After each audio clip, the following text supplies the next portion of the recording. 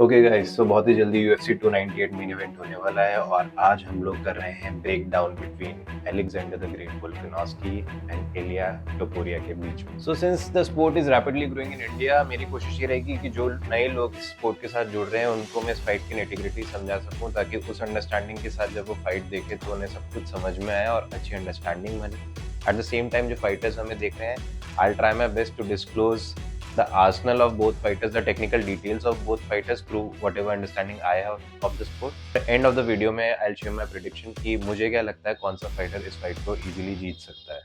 अगर दोनों फाइटर्स के इन ऑक्टेगॉन एक्सपीरियंस की बात करें तो Alexander Volkanovski totally different level पे, स्पेशली जिस कैलिबर ऑफ टैलेंट से उन्होंने फाइट किया है, इलिया टोपुरिया उसमें क्लोज भी नहीं है। एलेक्जेंडर वोल्कानोव्स्की ने फेदरवेट डिवीजन के who's who the best fighters जैसे कि Jose Aldo, Max Holloway, Brian Ortega, Chan Sung Jung ऐसे फाइटर्स को फेस किया है। ऑन द अदर हैंड इलिया टोपुरिया ने अभी तक कोई भी रेलेवेंट थ्रेट को फेस नहीं किया जो उनको प्रॉब्लम दे सके। तो इलिया के लिए वोल्कानोव्स्की एक तरह से पहले हाई लेवल चैलेंज होने वाले हैं जिसे वो फेस करने वाले हैं, और अगर उनको बीट करने में कामयाब होते हैं तो हिल be becoming featherweight world champion of UFC, जो कि एक बहुत बड़ा अकम्प्लिशमेंट उनके लिए हो जाएगा। ऑक्टेगॉन के अंदर एडवर्सिटी को फेस करने की बात की जाए तो इलिया टोपुरिया बहुत बुरी तरह से एक फाइट में रॉक हुए थे और एक पॉइंट पे ऐसा लगा था that he will not be able to survive, but in the end उन्होंने अपना काफी कंपोजर मेंटेन किया, फाइट को सही डायरेक्शन में लेके गए और बाद में अपने ओपोनेंट को नॉकआउट भी किया। Same goes with Alexander Volkanovski, बहुत सारी फाइट्स में वो भी रॉक हुए हैं, उसके बाद वापस उन्होंने कमबैक दिया है, चाहे वो इस्लाम माखाचेव के अगेंस्ट हो, चाहे वो चैड मेंडेस के अगेंस्ट हो, चाहे वो ब्रायन ऑर्टेगा के अगेंस्ट हो, जिसमें वो 2 से 3 बार back to back submission threat से वापस आए। Now let's move to the techniques breakdown of both fighters. Combat sports के अंदर किसी भी एथलीट का टेक्निक आर्सेनल बहुत ज्यादा मैटर करता है, और अगर हम दोनों एथलीट्स की बात करें, इलिया और वोल्कानोव्स्की, तो वोल्कानोव्स्की का टेक्निक आर्सेनल बहुत ही ज्यादा ब्रॉड है। वहीं अगर हम इलिया टोपुरिया का टेक्निक आर्सेनल देखें तो वो बहुत ही ज्यादा वन डायमेंशनल है, पर उस वन डायमेंशनल टेक्निक आर्सेनल को वो काफी अच्छा अपने फेवर में यूज करते हैं। फाइटर्स की इंस्टिगेटिंग या पोजीशन वन शॉट की बात की जाए तो इलिया टोपुरिया यूज करते हैं फेक्स और फेंट्स फेंकना, या फिर अपने जैब को यूज करना, चाहे वो अपने ओपोनेंट को डैमेज करने के लिए हो या फिर उनसे पोजीशन 2 शॉट मतलब काउंटर निकलवाने के लिए यूज किया जाए, ताकि वो अपने फेवरेट कॉम्बिनेशन से उनके काउंटर को काउंटर कर सके एट पोजीशन नंबर 3।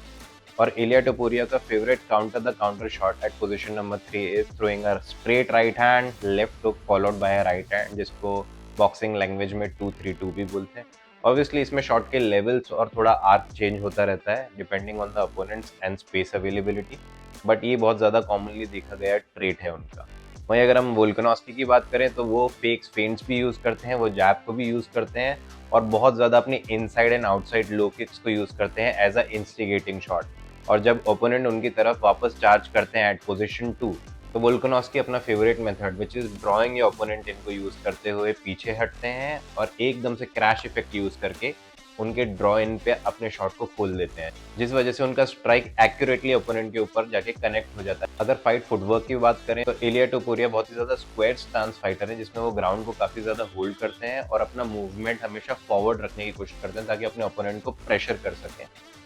और एट द सेम टाइम वो ग्राउंड से इतना ज्यादा कनेक्टेड रहते हैं, इस वजह से वो काफी फोर्स भी प्रोड्यूस कर पाते हैं अपने शॉट्स के अंदर। वहीं अगर हम वोल्कानोव्स्की के फुटवर्क की बात करें तो वो काफी इलूसिव है, वो लेटरल मूवमेंट्स बहुत ज्यादा यूज करते हैं, शिफ्ट्स बहुत ज्यादा यूज करते हैं, जिस वजह से अपोनेंट को उनके साथ रीएडजस्ट करना पड़ता है, और इन रीएडजस्टमेंट्स में उनका स्पेशल वेपन है ड्रॉइंग देम इन, जिसमें ऐसा लगता है कि वो पीछे हट रहे हैं, ही इज रिट्रीटिंग, और जब अपोनेंट उनकी तरफ बढ़ता है वो इमीडिएटली क्रैश इफेक्ट यूज करके उनके साथ कनेक्ट कर लेते हैं, और इस वजह से उनके काफी शॉट्स खाली नहीं जाते एयर के अंदर, और उनका स्ट्राइकिंग एक्यूरेसी इसी वजह से काफी हाई लेवल पे है। तो अगर पोस्ट स्ट्राइक डिसिप्लिन की बात करें तो इलिया टोपुरिया अपने शॉट्स में ज्यादा पावर डालने के चक्कर में कई बार अपनी बॉडी को आउट ऑफ पोजीशन छोड़ देते हैं, जिस वजह से वो डिसबैलेंस दिखते हैं। वही अगर हम एलेक्जेंडर वोल्कानोव्स्की की बात करें तो वो अपने स्ट्राइकिंग को लेके काफी डिसिप्लिन्ड एंड क्रिस्प है। जब भी वो कोई शॉट थ्रो करते हैं, कॉम्बिनेशन थ्रो करते हैं, उसके बाद इमीडिएट हेड मूवमेंट को यूज करते हैं, ताकि अगर ओपोनेंट ने कोई उनके ऊपर काउंटर फेंका हो तो इमीडिएटली उस काउंटर को काउंटर कर सके। एट द सेम टाइम जब भी वो डेंजर जोन में अपने ओपोनेंट को हिट करने के लिए जाते हैं तो अपने फुटवर्क को यूज करके इमीडिएटली उस डेंजर जोन से बाहर भी आ जाते हैं। ऑल्दो इस हेड मूवमेंट का खामियाजा उनको मैक्स हॉलोवे के अगेंस्ट भुगतना पड़ता है इन फाइट 2, जब मैक्स हॉलोवे ने उनके डक डाउन मूवमेंट को अपने अपर कट से 2 बार टाइम किया था, और जिसमें से एक टाइमिंग पे उन्होंने उनको नॉक डाउन कर दिया। अगर ग्रैपलिंग की बात करें तो दोनों फाइटर्स के पास ही टेक डाउन कैपेबिलिटीज है, बट दोनों के बीच में डिफरेंस ये है कि अगर एलेक्जेंडर वोल्कानोस्की को आप नीचे लेके जाते हैं तो उनको नीचे रखना इज वेरी डिफिकल्ट। इस्लाम जैसे हाई लेवल ग्रैपलर को भी उसमें दिक्कत आई थी। ऑन द अदर हैंड जब टोपुरिया को ब्राइस मिशेल नीचे लेके गए थे तो उन्होंने गार्ड को यूज किया था और काफी देर तक उसमें रहते जब तक राउंड एंड नहीं हुआ। इलिया टोपुरिया का अब तक टॉप ग्रैपलिंग गेम काफी अच्छा दिखा है, बट नीचे से बॉटम ग्राउंड गेम इतना इफेक्टिव नहीं दिखा है, which can become a problem against Alexander Volkanovski. अगर स्पीड एंड कार्डियो की बात करें तो एलेक्जेंडर वोल्कानोस्की हमेशा अपनी फाइट्स में काफी क्विक दिखते हैं, स्पेशली विद हिज कॉम्बिनेशंस, जिस तरह से वो उनको थ्रो करते हैं और इमीडिएटली एग्जिट कर जाते हैं।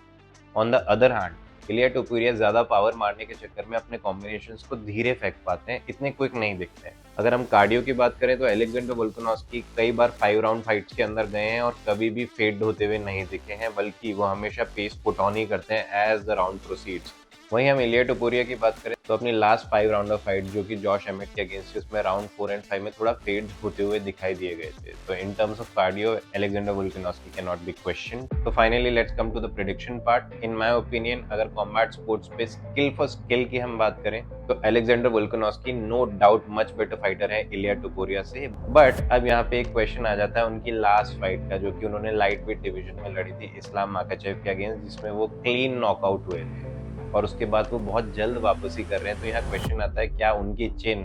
कॉम्प्रोमाइज हुई है? अगर वो इशू है तो there is no doubt Ilia Topuria can obviously connect Alexander Volkanovski, और अगर उनकी चिन सर्वाइव नहीं कर पाती है तो he might get knocked out in this fight. तो मेरे हिसाब से अगर हम प्रेडिक्शन की बात करें, आई थिंक अगर ये फाइट 10 टाइम्स होगी तो 9 और 8 times I think Alexander Volkanovski can win this fight. But अगर वो चिन कॉम्प्रोमाइज है तो I think Ilia Topuria might make it through this fight. So shall see you next time for breakdown of such high caliber fight. Until then, hang in there.